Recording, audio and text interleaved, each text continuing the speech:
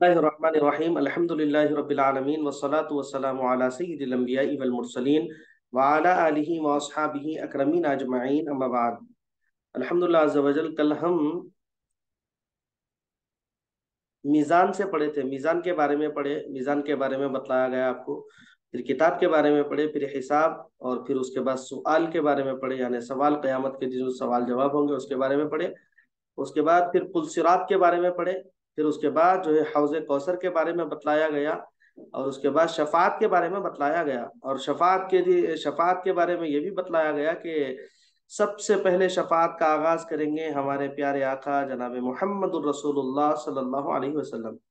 अब उसके बाद हुजूर अलैहिस्सलातु वस्सलाम शफात करेंगे, फिर उसके बाद दीगर अंबिया भी जो है शफात करेंगे। और उसके बाद फिर अंबिया के बाद औलिया को भी जो है शफात का अल्लाह ताला जो है एजाज अता फरमाएंगे कि वो भी शफात कर सकेंगे। एक रिवायत जहन में आती है, इसको सुना के मैं आगे बढ़ूं। हजरत ख्वाजा मोइनुद्दीन चिश्ती रहमतुल्लाह अलैह, आपके पीरो मुर्शिद हजरत उस्मान हारवनी रहमतुल्लाह अलैह, उस्मान हारूनी रहमतुल्लाह अलैह भी जो है आपको कहते लोग।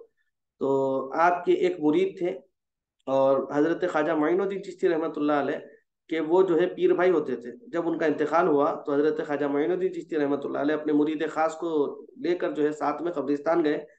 जब कब्रिस्तान गए तो वहां पर जो है सब लोग जब तदफीन के बाद फारिग हो चुके तो तमाम लोग जब जाने लगे तो आप कुछ देर खबर के पास बैठ गए। खबर के पास बैठे तो थोड़ी ही देर में आपका चेहरा जो है अचानक तब्दील हो गया, मुतगय्यर हो गया, चेहरा तब्दील हो गया। फिर कुछ देर के बाद चेहरा बराबर हो गया आपका। तो आपके मुरीद जो है वो तमाम बात नोट कर रहे थे कि पीरो मुर्शिद का चेहरा किस तरह बदल गया था। तो जब जो है जब चेहरा फिर पहले के सर का जो है बहाल हो गया तो आप जो है मुराकबे से उठे और फिर कहने लगे कि बोले कि ये मुरीदी भी जो है बड़ी प्यारी चीज है। बोले ये शख्स जो कब्रस्तान में तदफन मदफून हुआ, जो अभी जिसकी कब्र पे हम आए थे, जब ये कब्र में गया तो फरिश्ते इसके पास आ गए, और अजाब वाले फरिश्ते भी इसके पास आ गए कि अजाब देना चाहते थे कि इसके पीरो मुर्शिद हजरत उस्मान हारूनी रहमतुल्लाह अलैह इसकी खबरों में आए। और फिर जो है आकर जो है वो फरिश्तों से कहने लगे कि ये मेरा मुरीद है और इसको मेरे हाल पर छोड़ दो। लिहाजा फरिश्ते फिर वहां से जो है रवाना हो गए। तो कहने लगे कि मुरीद होने का फायदा ये है कि पीरो मुर्शिद जो है कब्र में भी आके रहनुमाई करते, ये मुरीद होने का जो है फायदा है। और दूसरा फायदा ये होता मुरीद होने का कि जो नज़ा की जो कैफियत है बड़ी सख्त कैफियत रहती। मैं इससे पहले आपको इसके बारे में बतलाया। अभी हुजूर अलैहिस्सलातु वस्सलाम जो हमको मिसाल दी है कि कांटो भरा दरख्त है, उस पर अगर मलमल का कपड़ा डालकर खींचे तो किस तरह तकलीफ से निकलता, उस तरह रूह का जो है जिस्म से जुदा होना है। तो ऐसी सख्ती के आलम में जो है जबान बिल्कुल सूख कर काटा हो जाएगी, जबान जो है बाहर निकलने पड़ेगी। ऐसे वक्त में पानी पीना बंदे को जो है पसंद करेंगे, और शैतान है कि वहां पर जो है शरबत का प्याला पेश करेगा कि वो अगर शैतान का प्याला पी ले तो फिर जो है वो खात्मा उसका खैर पर नहीं होगा। तो खात्मा खैर पर अगर होना है तो उसका एक जो है एक उसका सबब समझे कि अगर मुरीद किसी के हो गए, किसी से बैत हासिल कर लिए, हरक़े सिलसिला इरादत में अगर किसी के दाखिल हो गए, तो फिर मुरीद होने का फायदा ये होता कि खात्मा खैर पे होता। खात्मा भी खैर पे है, फिर जो है खबरों की मंजिलें भी आसान है। और फिर जो है उसके बाद फिर हश्र के भी जो है पूछे मत कि वहां पर तो जो है पीरो मुर्शिद वहां पर सिफारिश भी फरमाएंगे, शफात भी फरमाएंगे। हजरत उस्मान दुन्नूरैन उस्मान गनी रजी अल्लाह अन्हु फरमाते कि सबसे मुश्किल जो हमारे लिए घड़ी है वो जो है आखिर खब्र की मंजिल है। बोले सबसे मुश्किल मंजिल अगर खात्मा खैर पे हुआ तो खब्र की मंजिलें आसान है, खात्मा खैर पे ही नहीं हुआ तो फिर जो है आगे की मंजिलें जो है यानी कब्र की मंजिलें जो है हमारे लिए बहुत ज्यादा मुश्किल दा साबित हो सकती है।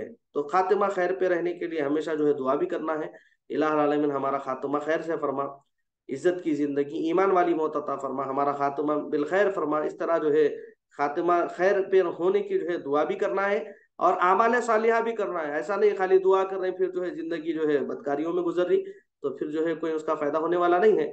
और फिर जो है किसी से जो है बैत हासिल कर लेना।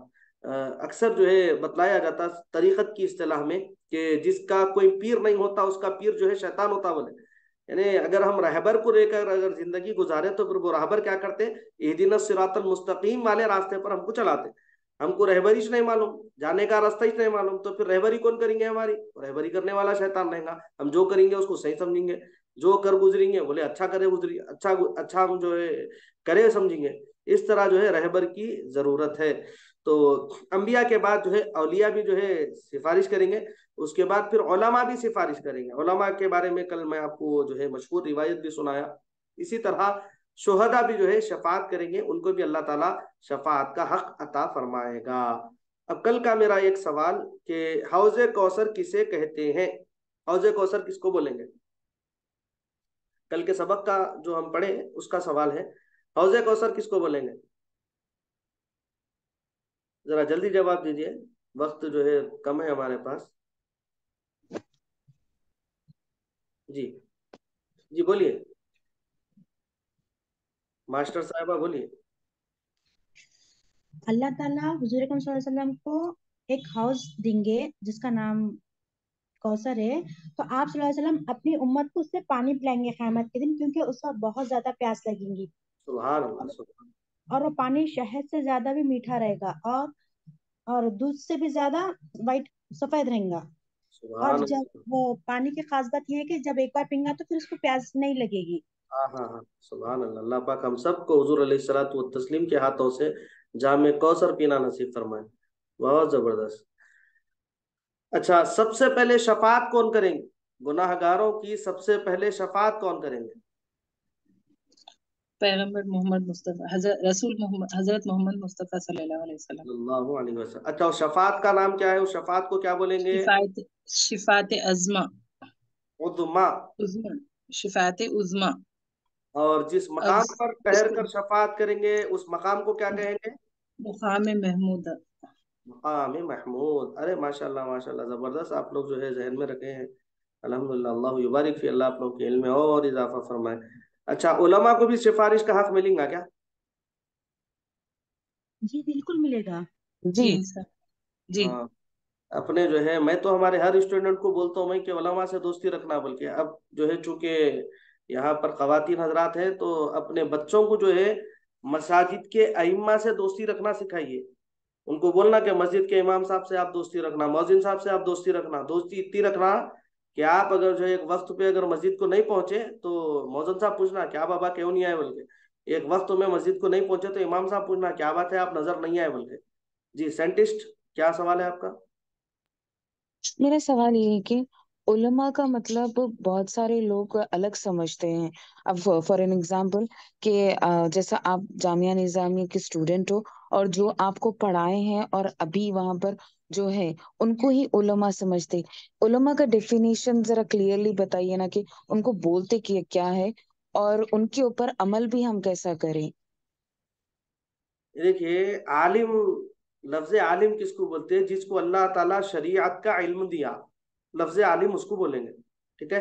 अब जामिया निजामिया में जो उलमा हैं उनके पास शरीयत का इल्म है ना, उनको आलिम बोलेंगे। डॉक्टर को तो आलिम नहीं बोलेंगे ना, इंजीनियर है उसको हम्म। तो आलिम नहीं बोलेंगे ना। जी। नहीं। तो शरीयत का जिसके पास इल्म है उसको बोलेंगे आलिम। यही डिफिनेशन है इसका। जी। हम्म।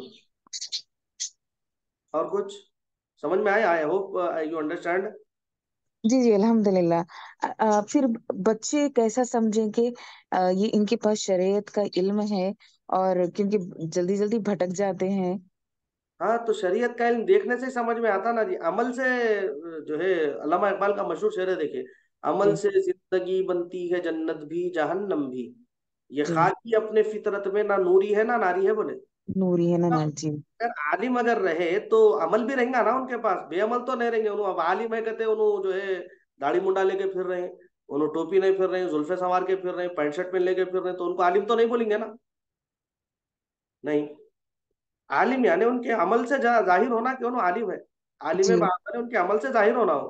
अब जी। मसाजिद में जो इमामत के फराइज अंजाम देते हैं, जो जुमा की खिताबत करते, जुमा की जो नमाज पढ़ाते हैं, उलमा ही जी। रहते हैं ना वो। जी। अब हमको ये फाउंड करना है, ये तलाश करना है कि हमारी मस्जिद में खुतबा देने वाले आलिम साहब का कौन सा मसलक है, मसलक अहले सुन्नत वल जमात है या फिर कोई और मसलक के है। कोई और मत रखे तो फिर जो है अपने बच्चों को रोक लेना है, अरे रखो भाई, वहां जाके कहाँ अपना ईमान और अकीदा खराब कर लेंगे। अकीदा एक ऐसी चीज है, याद रखिए कि हमारा जितना अमाल का दारो मदार है ना, पूरा पूरा अकीदे पे कायम है। अकीदा जी दुरुस्त तो फिर तमाम हमारे यहाँ इबादत कबूल होंगे, इबादत हमारे दुरुस्त होंगे। अब उसका अकीदा जो है हुजूर अलैहिस्सलातु व तस्लीम के मुतालिक ही सही नहीं है, नऊज़ बिल्लाहि मिन ज़ालिक। नबी सल्लल्लाहु अलैहि वसल्लम पर जो है इनका अकीदा है बद मजहबों का कि नऊज़ बिल्ला नबी जो है मर गए मिट्टी में मिल गए, बोलते वो लोग। नहीं, इस तरह अकीदा है उनका।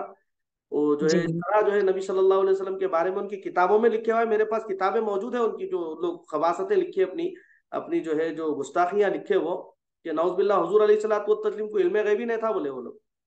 नहीं, जबकि अब ये जितनी अपन जन्नत की दोजख की जो अलामतें पढ़े, कल जो हम पढ़े मीजान के बारे में, किताब के बारे में, सवाल के बारे में, ये सब हमको हादिस से मिला ना जी, ये सब चीजें। अच्छा, जी परसों जी जो है क़यामत की अलामत बताया मैं आपको, पूरे जो है सही से अहादीस से बताया ना, पूरे अहादीस में बताया ना जिक्र ये।